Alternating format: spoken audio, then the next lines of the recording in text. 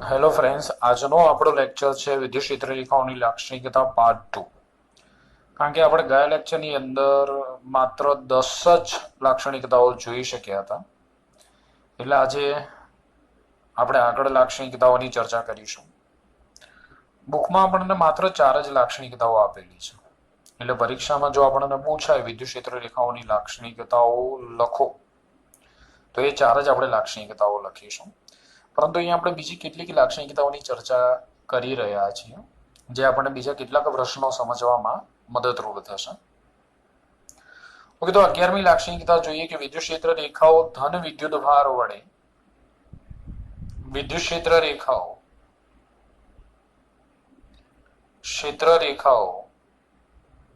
ધન વિદ્યુત ભાર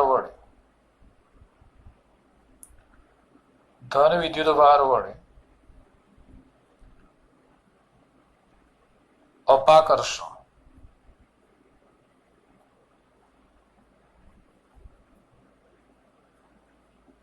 અનુભવે છે અને ઋણ વિદ્યુત ભાર વડે આકર્ષણ અનુભવે છે. સમજીએ એક આકૃતિ દ્વારા. ધારો કે આ વિદ્યુત ક્ષેત્ર રેખા ધન વિદ્યુત ભારની નજીક આવે છે, તો આ રીતે અપાકર્ષણ અનુભવશે. અને જો નેગેટિવ ચાર્જ હોય તો ક્ષેત્ર રેખાઓ ઋણ વિદ્યુત ભાર તરફ આ રીતે આકર્ષણ અનુભવશે. કોઈ તમને વિદ્યુત ભાર તંત્ર વડે ઉદ્ભવતી વિદ્યુત ક્ષેત્ર રેખાઓ દોરવાની કહે તો એ વિદ્યુત ક્ષેત્ર રેખાઓ કઈ રીતે દોરી શકાય તેમાં આ લાક્ષણિકતા આપણને કામ લાગે છે. 12 અને 13 આપણે બંને જોડે લઈ લઈએ, પછી આપણે સમજીએ. તો 12મી લાક્ષણિકતા છે કે વિદ્યુત ક્ષેત્ર રેખાઓની સંખ્યા વિદ્યુત ભારના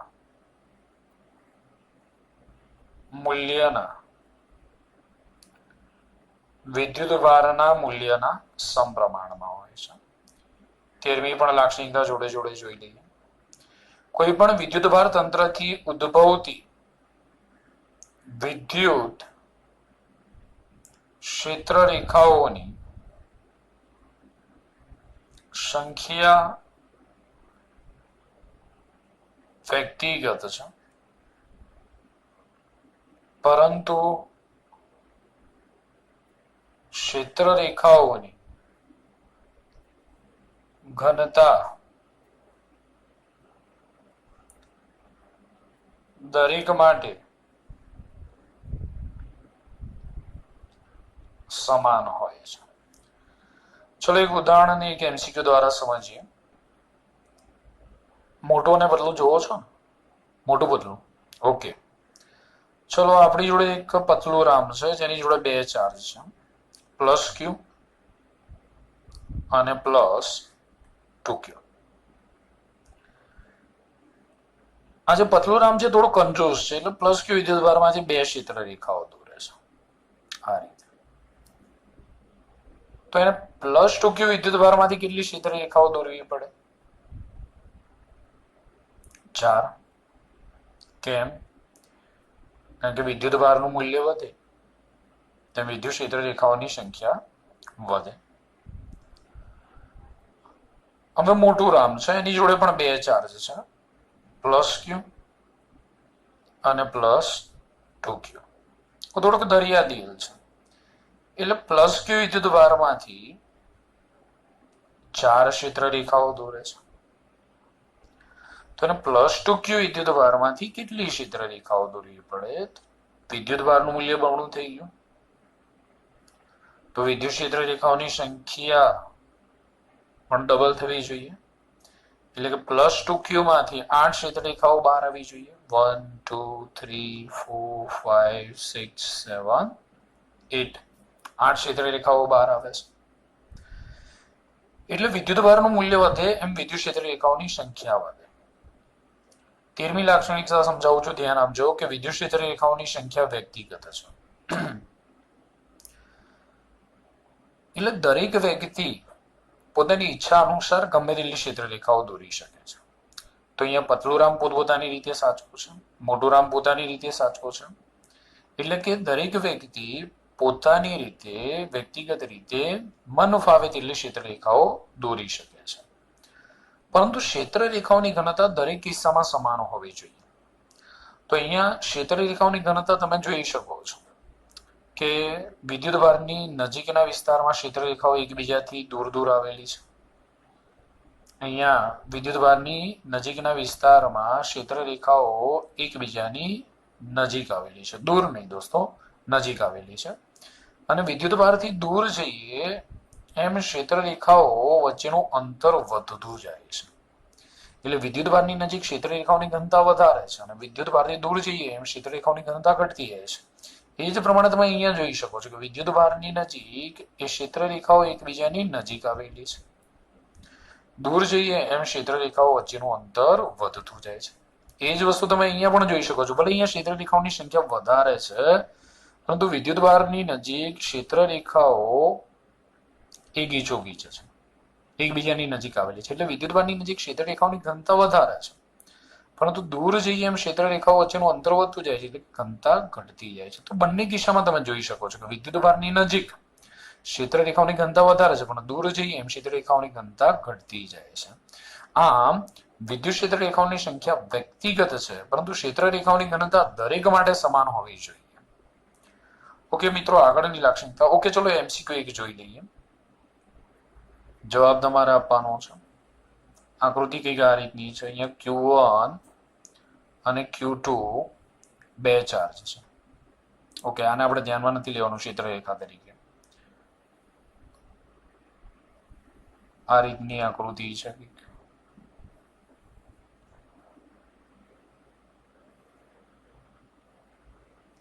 ઓકે, તમારે મને આન્સર આપવાનો છે કે Q1/Q2 ઇઝ ઇક્વલ ટુ ખાલી જગ્યા.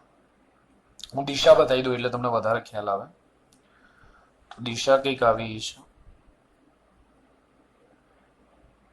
ઓકે, કંઈક આ રીતની આકૃતિ છે. સમજીએ હવે કે આન્સર શું આવશે.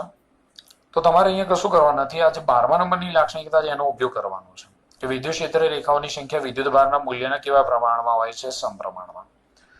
તો પહેલા તો નક્કી કરો કે બંને પોઝિટિવ ચાર્જ છે, બંને નેગેટિવ ચાર્જ છે કે પોઝિટિવ નેગેટિવ ચાર્જ છે.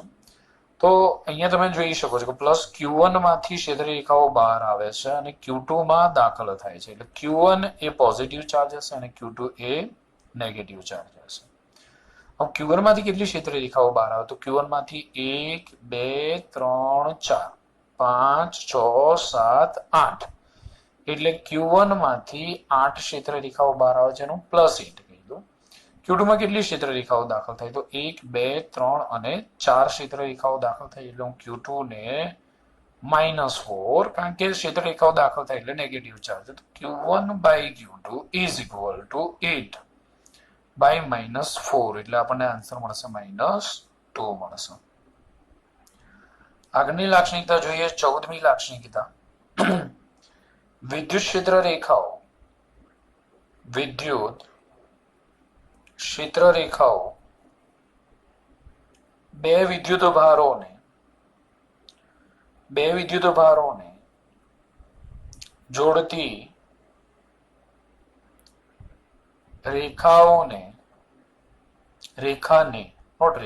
રેખાને અનુલક્ષીને સમમિત હોય છે. ચલો આમાં પણ એક એમસીક્યુ તમને પૂછી લઉં. ફરીથી આપણે બે ચાર્જ લઈ લઈએ. એક Q1, બીજો Q2 ચાર્જ લઈ લઈએ. ઓકે, આકૃતિ કંઈક આ રીતની છે. યસ, આ રીતની કંઈક આકૃતિ છે. આન્સર તમારે આપવાનો છે કે ભાઈ કયો સાચો આન્સર છે? Q1 greater than Q2, mod of Q1 greater than Q2, mod of Q2 greater than mod of Q1, કે mod of Q1 is equal to mod of Q2.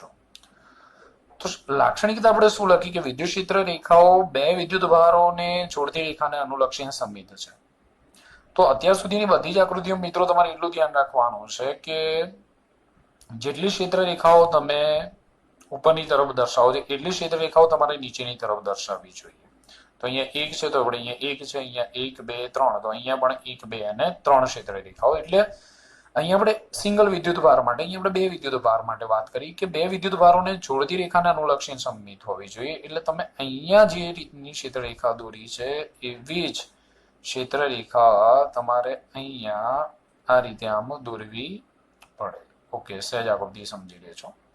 હવે ક્વેશ્ચનનો આન્સર કઈ રીતે આપવાનો છે? ધારો કે આ બે ક્ષેત્ર રેખાઓ વડે Q1 વિદ્યુત ભાર પાસે રચાતો કોણ આલ્ફા છે અને આ બે ક્ષેત્ર રેખાઓ વડે Q2 વિદ્યુત ભાર વડે રચાતો કોણ બીટા છે. આકૃતિ ઉપરથી તમને ખ્યાલ આવે છે કે ભાઈ અહીંયા આલ્ફા ગ્રેટર ધેન બીટા છે. પણ આલ્ફા ગ્રેટર ધેન બીટા ઉપરથી નક્કી કઈ રીતે થાય કે ભાઈ Q1 મોટો છે કે Q2 મોટો છે? ઓકે, સિમ્પલ એક ઉદાહરણ દ્વારા સમજાવું છું, સમજો જરા. અહીંયા ધારો કે આ પ્લસ Q વિદ્યુત ભારમાંથી નીકળતી ક્ષેત્ર રેખાઓ છે અને આ ક્ષેત્ર રેખાઓ વચ્ચેનો કોણ હું ધારી લઉં છું કે ધારો કે આ જે એંગલ છે, આ બે ક્ષેત્ર રેખાઓ 1 2 3 અને 4 વચ્ચેનો કોણ આ 120, આ 120, 120 અને 120 છે. તો બે ક્ષેત્ર રેખાઓ વચ્ચેનો કોણ 120 હોય ત્યારે એમાંથી આ વિદ્યુત ભારમાંથી ચાર ક્ષેત્ર રેખાઓ બહાર નીકળે છે. હવે આપણે કોણને અડધો કરી નાખીએ એટલે બીજી અહીંયા ચાર ક્ષેત્ર રેખાઓ લઈએ આ રીતે. ઓકે, આ રીતે. હવે એંગલ કેટલો થઈ ગયો? 60. એંગલ થઈ ગયો 60. તમે જોઈ શકો દરેક એંગલ અહીંયામાં કેટલો બની ગયો? 60 60 60 60. શું ખબર પડી ભાઈ? તો ખબર એ પડી કે ખૂણાનું મૂલ્ય નાનું થયું તો ક્ષેત્ર રેખાઓની સંખ્યા વધી ગઈ. જ્યારે ખૂણાનું મૂલ્ય મોટું હતું ત્યારે ક્ષેત્ર રેખાઓની સંખ્યા કેટલી હતી? 4 હતી. એટલે કે જ્યારે 120 ડિગ્રીનો કોણ હતો ત્યારે ક્ષેત્ર રેખાઓની સંખ્યા 4 હતી. પણ જ્યારે 60 ડિગ્રીનો કોણ થયો એટલે ક્ષેત્ર રેખાઓની સંખ્યા 4 માંથી 8 થઈ ગઈ. તો આના આધારે આપણે કહી શકીએ કે જેમ ખૂણાનું મૂલ્ય નાનું તેમ ક્ષેત્ર રેખાઓની સંખ્યા વધારે. ખૂણાનું મૂલ્ય નાનું તો n વધુ અને ખૂણાનું મૂલ્ય મોટું તો n ની સંખ્યા કેવી? ઓછી. તો અહીંયા ખૂણાનું મૂલ્ય કેવું છે? મોટું. એટલે ક્ષેત્ર રેખાઓની સંખ્યા કેવી થઈ? ઓછી. અને ક્ષેત્ર રેખાઓની સંખ્યા વિદ્યુત ભારના મૂલ્યના કેવા પ્રમાણમાં હોય? સમપ્રમાણમાં હોય. ધ્યાન રાખજો, અહીંયા ખૂણાનું મૂલ્ય કેવું છે? ખૂણાનું મૂલ્ય મોટું. મોટું એટલે n નું મૂલ્ય કેવું? નાનું. તો n નું મૂલ્ય નાનું તો વિદ્યુત ભારનું મૂલ્ય પણ કેવું થશે? નાનું. એટલે Q1 નું મૂલ્ય એ Q2 ના મૂલ્ય કરતા નાનું છે. તો માટે સાચો જવાબ કયો થશે? મોડ Q2 ગ્રેટર ધેન થશે Q1. બે નાની નાની બીજી લાક્ષણિકતાઓ લઈ લઈએ 15, જે પણ આપણને કામ લાગશે. કે સુવાહકની અંદર વિદ્યુત ક્ષેત્ર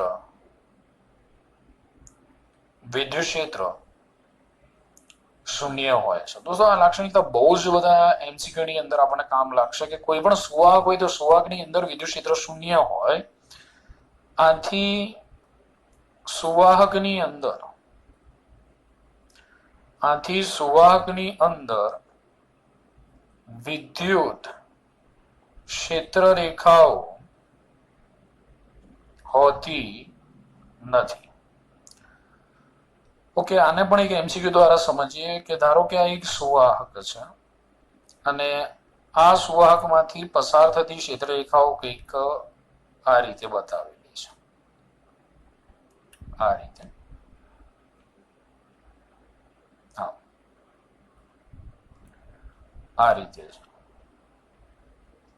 ઓકે, આને આપણે સમજાવીએ એ પહેલા એક 16મી લાક્ષણિકતા લઈ લઈએ કે વિદ્યુત ક્ષેત્ર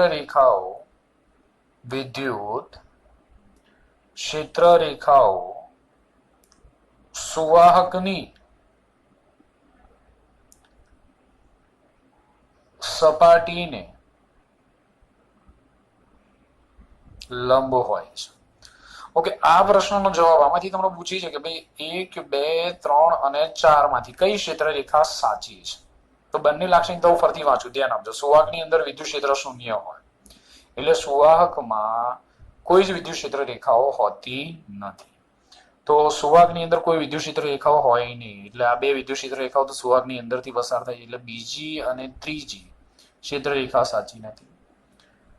16મી લાક્ષણિકતા કીધી કે ક્ષેત્ર રેખાઓ સુવાહકની સપાટીને લંબ હોય છે. તો અહીંયા જોઈ શકાય છે કે આ જે ક્ષેત્ર રેખા છે એ સુવાહકની સપાટીને લંબ નથી, પરંતુ આ જે ક્ષેત્ર રેખા છે એ સુવાહકની સપાટીને લંબ છે. એટલે આમાંથી કઈ ક્ષેત્ર રેખા સાચી છે? તો ચોથા નંબરની ક્ષેત્ર રેખા સાચી છે. ઓકે, તો મિત્રો આ થઈ વિદ્યુત ક્ષેત્ર રેખાઓની લાક્ષણિકતા. હવે હું કેટલાક સિંગલ વિદ્યુતભાર અને વિદ્યુતભાર તંત્ર વડે ઉદ્ભવતી વિદ્યુત ક્ષેત્ર રેખાઓ કેવી હોય એની વાત કરું છું. તો ધ્યાન આપજો. લેક્ચરના શરૂઆતમાં આપણે વાત કરી કે ધન વિદ્યુતભાર હોય તો ધન વિદ્યુતભાર વડે ઉદ્ભવતી ક્ષેત્ર રેખાઓ ત્રિજ્યાવર્તી રેખા પર બહારની દિશામાં હોય. ઋણ વિદ્યુતભાર વડે ઉદ્ભવતી ક્ષેત્ર રેખાઓ ત્રિજ્યાવર્તી રેખા પર અંદરની દિશામાં હોય. બે સમાન મૂલ્યના વિજાતીય વિદ્યુતભાર એટલે કે વિદ્યુત ડાયપોલ વડે ઉદ્ભવતી વિદ્યુત ક્ષેત્ર રેખાઓ આપણને આ રીતે મળે છે. અહીંયા વિદ્યુત ક્ષેત્ર રેખાઓ એકબીજાને પોતાની તરફ આકર્ષે છે, કારણ કે બે કેવા વિદ્યુતભારો છે? તો અહીંયા બે વિજાતીય વિદ્યુતભારો છે, એક પોઝિટિવ ચાર્જ છે અને એક નેગેટિવ ચાર્જ છે. આપણે જોયું પહેલી જ લાક્ષણિકતા કે વિદ્યુત ક્ષેત્ર રેખાઓ ધન વિદ્યુતભારમાંથી ઉદ્ભવે છે અને ઋણ વિદ્યુતભારમાં અંત પામે છે. તો આકૃતિ ખાસ સમજો કે બે સજાતીય વિદ્યુતભાર હોય, બે પોઝિટિવ ચાર્જ હોય કે બે નેગેટિવ ચાર્જ હોય, તો એને કારણે ઉદ્ભવતી વિદ્યુત ક્ષેત્ર રેખાઓ આકૃતિમાં દર્શાવ્યા મુજબ જોવા મળે. તમે કઈ રીતે દોરી શકો છો? તમે સમજો ખાસ. અહીંયા ધારો કે પ્રારંભમાં અહીંયા કોઈ વિદ્યુતભાર નથી, તો આમાંથી જે ક્ષેત્ર રેખા નીકળે છે એ અહીંયા સુધી આપણે લંબાઈ દઈએ છીએ. હવે ધારો કે આ વિદ્યુતભાર નથી, તો આમાંથી જે ક્ષેત્ર રેખા નીકળે છે એને આપણે આમ લંબાઈ દઈએ છીએ. પણ આપણે એક લાક્ષણિકતા જોઈ કે વિદ્યુત ક્ષેત્ર રેખાઓ ક્યારેય એકબીજાને છેદતી નથી, એટલે આ રીતે વિદ્યુત ક્ષેત્ર રેખાઓ આપણે દોરી શકીએ. તો અહીંયા શું થાય? બંને વિદ્યુતભાર હાજર હોય ત્યારે આ પહેલા વિદ્યુતભારમાંથી ઉદ્ભવતી ક્ષેત્ર રેખા એ બીજા વિદ્યુતભાર વડે શું થાય છે? અપાકર્ષાય છે. એક લાક્ષણિકતા મેં તમને કીધી કે વિદ્યુત ક્ષેત્ર રેખાઓ ધન વિદ્યુતભાર વડે અપાકર્ષાય છે. એટલે આ જે વિદ્યુત ક્ષેત્ર રેખા છે આ વિદ્યુતભાર વડે અપાકર્ષણ અનુભવે છે અને બીજા વિદ્યુતભાર વડે ઉદ્ભવતી ક્ષેત્ર રેખા એ પહેલા વિદ્યુતભાર વડે અપાકર્ષણ અનુભવે છે. એટલે અહીંયા ક્ષેત્ર રેખાઓ એકબીજાને શું કરે છે? અપાકર્ષે છે. તો બે સજાતીય વિદ્યુતભાર હોય તો એના કારણે ઉદ્ભવતી વિદ્યુત ક્ષેત્ર રેખાઓની આકૃતિ આપણને કંઈક આ રીતે મળે છે અને બંને પોઝિટિવ ચાર્જ છે. એટલે વિદ્યુત ક્ષેત્ર રેખાઓ કઈ દિશામાં જોવા મળશે? બહારની દિશામાં જોવા મળશે. એવી જ રીતે બે નેગેટિવ ચાર્જ હોય તો એને કારણે ઉદ્ભવતી ક્ષેત્ર રેખાઓ પણ એકબીજાને અપાકર્ષે છે. પણ આપણે ધ્યાન શું રાખીશું? તો નેગેટિવ ચાર્જ છે એટલે વિદ્યુત ક્ષેત્ર રેખાઓ કઈ દિશામાં હોય? તો વિદ્યુત ક્ષેત્ર રેખાઓ અંદરની દિશામાં હોય છે, આ રીતે. ઓકે, આ બધી આકૃતિઓ સમજવાની છે તો જ તમે પ્રશ્નોને સોલ્વ કરી શકશો. એ જ રીતે વિદ્યુત ક્ષેત્રમાં મૂકેલા ડાઇલેક્ટ્રિક સ્લેબ માટે ક્ષેત્ર રેખાઓ કેવી હોય? તો તમે અહીંયા આકૃતિ જોઈ શકો છો. ડાઇલેક્ટ્રિક વિશે આપણે ચેપ્ટર નંબર 2 ની અંદર ભણવાના છે. ડાઇલેક્ટ્રિક એટલે કે અવાહક પદાર્થને જો વિદ્યુત ક્ષેત્રમાં મૂકવામાં આવે તો વિદ્યુત ક્ષેત્ર રેખાઓ આકૃતિમાં દર્શાવ્યા પ્રમાણે જોવા મળે છે. એ જ રીતે વિદ્યુત ક્ષેત્રમાં મૂકેલા ધાતુના ગોળાકાર પદાર્થની ક્ષેત્ર રેખાઓ. તો મેં છેલ્લો એમસીક્યુ સમજાવ્યો કે કોઈ સુવાહકને વિદ્યુત ક્ષેત્રમાં મૂકવામાં આવે તો સુવાહકની અંદર તો વિદ્યુત ક્ષેત્ર કેવું હોય? 0. એટલે સુવાહકની અંદર વિદ્યુત ક્ષેત્ર રેખાઓ જોવા મળતી નથી અને ક્ષેત્ર રેખાઓ હંમેશા વાહકની સપાટીને લંબરૂપે હોય છે. એ રીતે 8મા ક્વેશ્ચનની અંદર આપણે જોઈ શકીએ છીએ કે પોલા નળાકાર પર વિદ્યુતભાર સતત રીતે પથરાયેલો હોય તો વિદ્યુત ક્ષેત્ર રેખાઓ આપણને આ રીતે આકૃતિમાં દર્શાવ્યા મુજબ જોવા મળે છે. ઓકે મિત્રો, હું તમને 2-3 ક્વેશ્ચન અહીંયા પૂછું છું. એમાં 9મો ક્વેશ્ચન મેં અહીંયા આકૃતિ બતાવેલી છે, ધ્યાનથી જરા જોઈ લેજો કે 3 વિદ્યુતભારો A, B, C ની ક્ષેત્ર રેખાઓ દર્શાવેલી છે. કયો વિદ્યુતભાર ધન છે? 3 વિદ્યુતભાર છે, ધ્યાન આપજો. A, B અને C. કયો વિદ્યુતભાર ધન છે એ તમારે નક્કી કરવાનો છે. આ તમને ખબર છે, હિન્ટ આપી દઉં કે ધન વિદ્યુતભાર હોય તો ક્ષેત્ર રેખાઓ બહારની તરફ આવતી હોય, ઋણ વિદ્યુતભાર હોય તો ક્ષેત્ર રેખાઓ અંદરની તરફ જતી હોય. કયા વિદ્યુતભારનું મૂલ્ય સૌથી વધુ છે? A, B, C માંથી કયા વિદ્યુતભારનું મૂલ્ય સૌથી વધુ છે? સાથી તો મેં તમને એક લાક્ષણિકતા ચલાવી કે જેમ વિદ્યુતભારનું મૂલ્ય વધારે તેમ ક્ષેત્ર રેખાઓની સંખ્યા વધારે, તો તમારે અહીંયા ક્ષેત્ર રેખાઓની સંખ્યા ગણવી પડશે. અને ત્રીજો ક્વેશ્ચન છે કે કયા વિસ્તારમાં વિદ્યુત ક્ષેત્ર 0 છે? એટલે તમારે આ આકૃતિ જોઈ નક્કી કરવાનું છે કે ભાઈ કયા વિસ્તારમાં વિદ્યુત ક્ષેત્ર શૂન્ય હોય. ઓકે, આ મેં ટોપિક ચલાવ્યો નથી કે બે વિદ્યુત ભારોને જોડતી રેખા પર કયા બિંદુએ વિદ્યુત ક્ષેત્ર શૂન્ય મળે. એટલે આનો ક્વેશ્ચન તમે નહીં આપો તો ચાલશે, પણ આ બે ક્વેશ્ચન ના જવાબ તમારે જાતે મેળવવાના રહેશે. એ રીતે બીજા બે ક્વેશ્ચનની આપણે ચર્ચા કરી લઈએ મિત્રો. જે માનો એક ક્વેશ્ચન છે એ આઈઆઈટી ની અંદર JEE માં 2015 ની અંદર પૂછાયેલો છે, અને બીજો ક્વેશ્ચન આઈઆઈટી 2001 ની અંદર પૂછાયેલો છે. આમાંથી મિત્રો તમારે પહેલા જે ક્વેશ્ચન છે એમાંથી તમને પૂછેલું છે કે નીચેનામાંથી કઈ આકૃતિ સાચી છે. ઓકે, ચારે ચાર આકૃતિઓ અહીંયા આવી જાય છે. ઓકે, આવી ગઈ ચારે ચાર આકૃતિ. કઈ આકૃતિ સાચી છે? અને બીજા ક્વેશ્ચનમાં તમને કીધું છે કે ભાઈ ત્રિકોણનો 3 શિરોબિંદુઓ છે, એ ત્રણેય શિરોબિંદુ પર પ્લસ પોઝિટિવ ચાર્જ મૂકેલો છે. તો નીચેનામાંથી કઈ આકૃતિ સાચી છે? હું આના નામ આપી દઉં ABCD. ઓકે, તો બંને ક્વેશ્ચન જરા ધ્યાનથી જોઈ લેજો. આખું પેજ આવી જાય છે ને અહીંયા તમારા કોમેન્ટમાં મને આનો મેસેજ કરવાનો છે કે ભાઈ 2015માં ABCD માંથી કઈ આકૃતિ સાચી છે, અને 2001 વાળો છે એટલે આને આપણે ક્વેશ્ચન નંબર 1 કહી દઈએ. તો ક્વેશ્ચન નંબર 1 માં કઈ આકૃતિ સાચી છે, અને ક્વેશ્ચન નંબર 2 ની અંદર કઈ આકૃતિ સાચી છે. આના જવાબ મેળવવા માટે તમારે બધી જ જે મેં ક્ષેત્ર રેખાઓની લાક્ષણિકતાઓ જે ચલાવી છે તમારે ધ્યાનથી સમજવી પડશે, તો જ તમે આ ક્વેશ્ચનને સરળતાથી સમજીને સરળતાથી જવાબ આપી શકશો. ઓકે, આકૃતિઓ જોઈ લેજો જરા.